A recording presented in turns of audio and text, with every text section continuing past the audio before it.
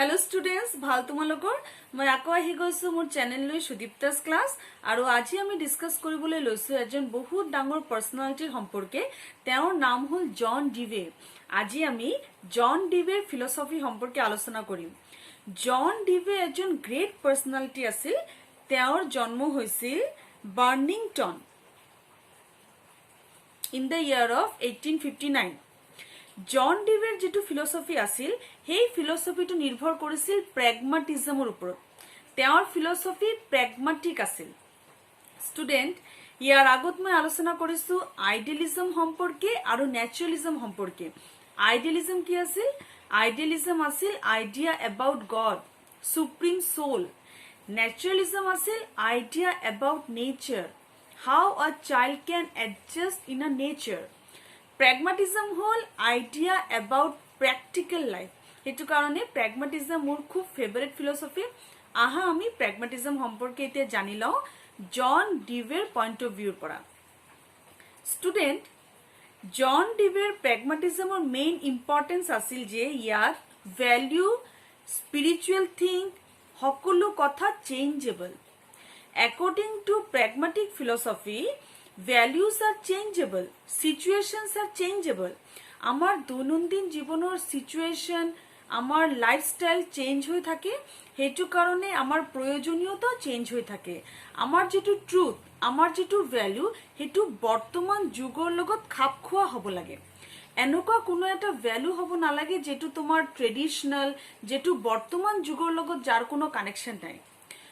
Pragmatic philosophy mote how a person can adjust with the present situation. What are the different activities, practical work a person need for his smooth adjustment in society. It is the main value of pragmatic philosophy. According to pragmatism, je bostutu useful, যে activity useful যে বস্তুটো useful যেটো আমাৰ কোনো কামত আহে আমাক এডজাস্টমেন্টত সহায় কৰে আমাক সাৰ্ভাইভেলত সহায় কৰে সমাজত হেতুৰে ভ্যালু আছে হেতু আছিল প্ৰেগমাটিজমৰ মেইন কথা প্ৰেগমাটিজম বিলিভ কৰিছিল ৰিসেন্ট ট্ৰেন্ডৰ ওপৰত ৰিসেন্ট ট্ৰেন্ড বৰ্তমান ধাৰাবাহিকতা যত আমি বৰ্তমান আছো যত আমি এডজাস্ট কৰিছো স্ট্ৰাগল কৰিছো জিয়াই থাকিবৰ কাৰণে সংঘৰ্ষ কৰিছো তাত থাকাৰ কাৰণে আমাৰ কি কি এন্টিটিৰ প্ৰয়োজন কি উপাদান হলে আমি বৰ্তমান যুগৰ লগত খাপ খাব পাৰিম সেই উপাদান কেটাৰে ভ্যালু আছে বাকি যি বস্তুটো আমি চকুৰে দেখি নাপাও সুই নাপাও সেই বস্তুটোৰ কোনো এক্সিস্টেন্স নাই নেক্সট তেওঁ কৈছিলে পাৰপাজিভ প্ৰতিটো মানুহৰ লাইফৰ এটা মিনিং আছে যিকোনো এক্টিভিটিৰ এটা পাৰপাস আছে According to John Dewey, whatever activity a person is doing in society must have some purpose in it. Next, they কৈছিল pragmatism whole practical entity. Actually, pragmatism word to a Greek origin word, যাৰ মানে হল activity, action oriented. বৰ্তমান যুগৰ লগত খাপ খাব পৰাকে কি কাম তুমি কৰিব লাগিব যেটো তোমাক এক্সিস্টেন্সত সহায় কৰিব তাকি প্ৰেগমাটিজম বুলি কয় এটো হল এক্টিভিটি বৰ্তমান যুগৰ লগত চলিব পৰা এক্টিভিটি আৰু প্ৰেগমাটিক ফিলসফি মতে এই এক্টিভিটি কেটাই হল গুৰুত্বপূৰ্ণ বাকি ইটাৰনেল গড ইটাৰনেল ভ্যালু স্পিৰিচুয়ালিজম তাৰ ওপৰতে প্ৰেগমাটিজমে গুৰুত্ব দিয়া নাছিল প্ৰেগমাটিজমে কৈছিলে প্ৰেক্টিকেল লাইফক সোৱা আৰু সেই লাইফত নিজকে এডজাস্ট কৰিবলৈ নিজকে স্কিলফুল বনোৱা নেক্সট পইণ্ট হল সোশ্যাল স্কিল Pragmatic philosophy মতে development of social skills are very important যাতে তুমি সমাজৰ কাৰণে এটা ৰিসোৰ্স হৈ আগবাঢ়িব পাৰা আৰু সমাজৰ উন্নতিত তুমি কন্ট্ৰিবিউট কৰিব পাৰা therefore that reason you must have some social skills in you তাৰ ওপৰতে গুৰুত্ব দিছিল নেক্সট জন ডিভেৰ মতে প্ৰেগমাটিজমৰ কেইটামান ফৰ্ম আছে there are 3 forms of pragmatism এই কথাটো আমি গমেই পালো যে প্ৰেগমাটিজম হল একেবাৰে প্ৰ্যাকটিক্যাল ফিলসফি দৈনন্দিন জীৱনত সংঘৰ্ষ কৰি কেনেকে জিয়াই থাকিব লাগিব কেনেকে আমি আগবাঢ়ি যাব লাগিব সমাজৰ উন্নতিত আমি অৰিহণা যোগাব লাগিব তাৰ ওপৰতে আছিল এই প্ৰেগমাটিজম ফিলসফিটো এতিয়া সোৱা কি ফৰ্ম বা কি টাইপৰ প্ৰেগমাটিক ফিলসফি হ'ব পাৰে according to জন ডিভে তিন ধৰণৰ হ'ব পাৰে তেওঁ প্ৰথম কৈছিল humanistic প্ৰেগমাটিজম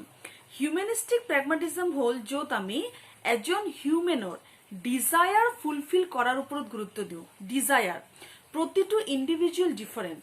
need ability interest capacity of each and every individual is different from each other pragmatic philosophy হল যত হিউম্যানৰ এটা পাৰ্টিকুলাৰ হিউম্যানৰ নিডৰ ওপৰত গুৰুত্ব দিব লাগে তাৰ কি প্ৰয়োজন তেওঁ এডজাস্ট কৰিবলৈ কি কি এন্টিটি বা কি কি এক্টিভিটিজৰ প্ৰয়োজন তাৰ ওপৰতে গুৰুত্ব দিয়া প্ৰয়োজন এই কথাটো কোৱা হৈছে হিউম্যানিস্টিক ফিলসফি হল বা হিউম্যানিস্টিক প্ৰ্যাগম্যাটিক ফিলসফি হল এজন হিউম্যানৰ ডিজায়াৰ পৰিপূৰ্ণ কৰা ডিজায়াৰ ফুলফিল কৰা নেক্সট ইজ এক্সপেৰিমেন্টাল প্ৰ্যাগম্যাটিজম এক্সপেৰিমেন্টাল প্ৰ্যাগম্যাটিজম কি এক্সপেৰিমেন্টাল প্ৰ্যাগম্যাটিজম হল যত এজন মানুহ কোনো কথা এনেই মানি নলয় এক্সপেৰিমেন্ট কৰি চালি জাৰি চাই যত লজিক্যাল আন্ডাৰস্ট্যান্ডিং এপ্লাই কৰে ভ্যালু নহয় টেস্টেবল নলেজ এপ্লাই কৰে কোয়ালিটি ক্রাইটেরিয়ার উপর ভিত্তি করে কোনো ডিসিশন লয় এক্সপেরিমেন্টাল প্র্যাগম্যাটিজম হল সম্পূর্ণ সাইন্টিফিক কি ধরনে এজন মানুহ rationality open mindedness objectivity in thinking suspended judgement এই কোয়ালিটি কেটা এপ্লাই কৰি এটা পাৰ্টিকুলাৰ কনক্লুশনত উপনীত হয় কাৰো কথা এনে ব্লাইন্ডলি ফলো নকৰে যিকোনো কথাত উপনীত হোৱাৰ আগত যিকোনো কথাত জনাৰ আগত সম্পূৰ্ণকে কথাটো চালি জাৰি চোৱা সাইন্টিফিক্যালি অধ্যয়ন কৰা হেতুই হল এক্সপেৰিমেন্টাল প্ৰ্যাগম্যাটিজম আৰু এই এক্সপেৰিমেন্টাল প্ৰ্যাগম্যাটিজমৰ ওপৰত ভিত্তি কৰি তেওঁ এক্সপেৰিমেন্টাল স্কুলৰ কথা কৈছিল এক্সপেৰিমেন্টাল স্কুল কি অ্যাকৰ্ডিং টু জন ডিভে এক্সপেৰিমেন্টাল স্কুল তিন ধৰণৰ হ'ব পাৰে এটা সাইকোলজিক্যাল লজিক্যাল সোশিয়োলজিক্যাল সাইকোলজিক্যাল হল এনেকুৱা ধৰণৰ এক্সপেৰিমেন্টাল স্কুল যত এজন ইন্ডিভিজুৱেলৰ সাইকোলজিৰ ওপৰত গুৰুত্ব দিয়া হ'ব ইন্ডিভিজুৱেলৰ need ability interest emotion instinct sentiment attitude opinion feeling এই যে বিভিন্ন ধৰণৰ সাইকোলজিক্যাল ডাইমেনশন আছে এজন ইন্ডিভিজুৱেলৰ সেই ডাইমেনশন কেটা কেনেকৈ উন্নতি কৰিব পাৰি সেই ইন্ডিভিজুৱেলক কেনেকৈ মেন্টালি হেলদি আৰু হাইজেনিক থব পাৰি তাৰ ওপৰত গুৰুত্ব দিয়া প্ৰথম ডাইমেনশনটো আছিল সাইকোলজিক্যাল নেক্সট তেওঁ কৈছিলে experimental school should be logical logical in the sense that যত যিকোনো কথা এনেই মানি লোৱা নহব যত ট্ৰুথ চেঞ্জেবল হ'ব যত কোনো কথা একেবাৰে খাটাং নহব কোনো এটা সত্য যে সত্যটো পোৱা যাব স্কুলৰ পৰা পঢ়ি বা যিকোনো এটা সমাজৰ পৰা যে সত্যটো আমি পাওঁ এই সত্যটো স্ট্যাটিক নহয় সত্যটো ডাইনামিক এটো নিৰ্ভৰ কৰে সমাজৰ চেঞ্জৰ লগে লগে in the changing society and in the growing complexity truth সদায় চেঞ্জ হৈ হৈ গৈ থাকে ট্ৰুথ এটা জায়গাত স্ট্যাটিক হৈ নাথাকে ইয়াকে কৈছে তো লজিক্যাল যত ট্ৰুথক আমি ঘপককে মানি নলম আমি টেস্ট কৰিম লজিক্যালি তাক জানিবলৈ চেষ্টা কৰিম আমি সাইন্টিফিক্যালি তাৰ মিনিং উলিয়াম আমি অৰ্গানাইজ কৰিম ট্ৰুথটো আমি লজিক্যাল আন্ডাৰস্ট্যান্ডিং কিউৰিওসিটি সাসপেন্ডেড জাজমেন্টৰ যোগেদি তাক চালি জাৰি চাম তেতিয়াহে কোনো এটা সত্যত আমি উপনীত হম নেক্সট তেওঁ কৈছিল সোশিয়োলজিক্যাল প্ৰ্যাগম্যাটিজমৰ কাৰণে এক্সপেৰিমেন্টাল স্কুল হ'ব লাগে সোশিয়োলজিক্যাল যত আমি এটা ইন্ডিভিজুৱেলক সোশিয়াল এন্টিটি হিচাপে ৰেডি কৰিব পাৰো সোশিয়ালি ইউজফুল প্ৰডাক্টিভ এক্টিভিটি সম্পৰ্কে ইন্ডিভিজুৱেলক আমি ক'ব পাৰো আৰু সেই ইন্ডিভিজুৱেলক আমি সোশিয়ালি ইউজফুল এটা প্ৰডাক্ট হিসাবে ৰেডি কৰিব পাৰো তাক এটা ৰিসোৰ্স বনাব পাৰো যাতে সেই ইন্ডিভিজুৱেলটো with the help of his own knowledge skill and abilities can bring a desirable change in the human society হেতু আসলে সোশিয়োলজিক্যাল তো experimental school according to John Dewey should be psychological sociological logical and experimental স্কুলৰ curriculum কি হ'ব science oriented project seminar conference science subjects যত activity থাকিব যত inquiry থাকিব স্টুডেন্টটো নিজে ডিসকভার কৰি শিকিব ডিসকভাৰ কৰি with the help of his one logical thinking কোনো নতুন কথা ক্রিয়েট কৰিব হেতু হ'ব কাৰিকুলাম এক্সপেৰিমেন্টাল স্কুলৰ মেথডস অফ টিচিং কেনেকুৱা হ'ব মেথড অফ টিচিং হ'ব যত স্টুডেন্টটো এক্টিভিটি কৰাৰ সুযোগ পায় child centric method project method discovery method heuristic method activity oriented method, এই মেথড কেইটাৰ ওপৰত জোৰ দিয়া হৈছিল। একচুয়ালি জন ডিভেৰ মেইন মেথডেই আছিল প্ৰজেক্ট মেথড, য'ত ষ্টুডেণ্টটো বিভিন্ন ধৰণৰ সাইকোলজিকেল ষ্টেপছ এপ্লাই কৰি এটা কনক্লুশনত উপনীত হ'ব। কি আছিল এই সাইকোলজিকেল ষ্টেপটো? First, finding out a problem. এটা পাৰ্টিকুলাৰ প্ৰব্লেম সাৰ্চ কৰাৰ কেপাচিটি ষ্টুডেণ্টটোৰ থাকিব লাগিব। After that, formulating hypothesis, reviewing the literature, collection of data, classification of data, organizing those data, systematically analyzing and interpreting those data, and after that coming to a perfect conclusion. এই ধৰণৰ psychological আৰু এই ধৰণৰ scientific স্টেপছ apply কৰি কোনো এটা problem solve কৰাটোই হ'ল এক্সপেৰিমেন্টাল। এই স্কুলবিলাকৰ ওপৰতে জন ডিভে গুৰুত্ব দিছিল। তো তেওঁৰ মতে মেইন মেথডে হ'ব লাগে এক্সপেৰিমেন্টাল, মেথড হ'ব লাগে প্ৰজেক্ট অৰিয়েন্টেড মেথড। তো এইকেইটা আছিল methods of teaching in experimental school. টিচাৰৰ role, according to John Dewey, টিচাৰৰ ৰোল হ'ব লাগে like a facilitator, a counsellor, যোন সুবিধা দিব আৰু ষ্টুডেণ্টে with the help of inquiry, with the help of discovery শিকিব। According to John Dewey, এজন শিক্ষক এনেকুৱা হ'ব লাগে যেজন শিক্ষকে ষ্টুডেণ্টৰ মাজত থিংকিং কেপাচিটি ডেভেলপ কৰিব পাৰে, ষ্টুডেণ্টৰ লজিকেল থিংকিংটো গ্ৰ' কৰিব পাৰে, ষ্টুডেণ্টে যাতে লজিকেলি ভাবিব পাৰে, ষ্টুডেণ্টৰ যাতে ব্ৰেইন ষ্টৰ্মিং হয়, নিজৰ আইডিয়াৰ যোগেদি ষ্টুডেণ্টে যাতে কোনো এটা কথা শিকিব পাৰে, ব্ৰেইন ষ্টৰ্মিঙৰ যোগেদি যাতে ষ্টুডেণ্টে শিকিব পাৰে, তাৰ ওপৰতে জন ডিভে গুৰুত্ব দিছিল। তো জন ডিভেৰ ফিলচফিটো আছিল এক্সপেৰিমেন্টাল অৰিয়েন্টেড, এক্সপেৰিমেন্টাল স্কুল, যাৰ ওপৰত তেওঁ গুৰুত্ব দিছিল। তো আমি এতিয়া কি গম পালো? এক্সপেৰিমেন্টাল প্ৰেগমাটিজম আমি পঢ়িলো প্ৰথম, দ্য এক্সপেৰিমেন্টাল স্কুলৰ আণ্ডাৰত আমি পঢ়িলো psychological, logical and sociological aspect as well as experimental school said by John Dewey, যেটো বেস কৰিছিল কিহৰ ওপৰত? প্ৰজেক্টৰ ওপৰত, সাইন্টিফিক সলিউশনৰ ওপৰত, এক্সপেৰিমেন্টেশনৰ ওপৰত। তো জন ডিভেৰ ফৰ্মছৰ ভিতৰত প্ৰথম ফৰ্মটো পঢ়িলো আমি হিউম্যানিস্টিক, সেকেন্ড ফৰ্মটো পঢ়িলো আমি এক্সপেৰিমেন্টাল, যাৰ ভিতৰত আছে এক্সপেৰিমেন্টাল স্কুল, আৰু থাৰ্ড ফৰ্মটো তেওঁ যেটো কৈছিল হেতু আছিল বায়োলজিক্যাল। বায়োলজিক্যাল মানে harmony with the nature, য'ত এজন ইণ্ডিভিজুৱেলে with the help of his own work can maintain the harmony of a nature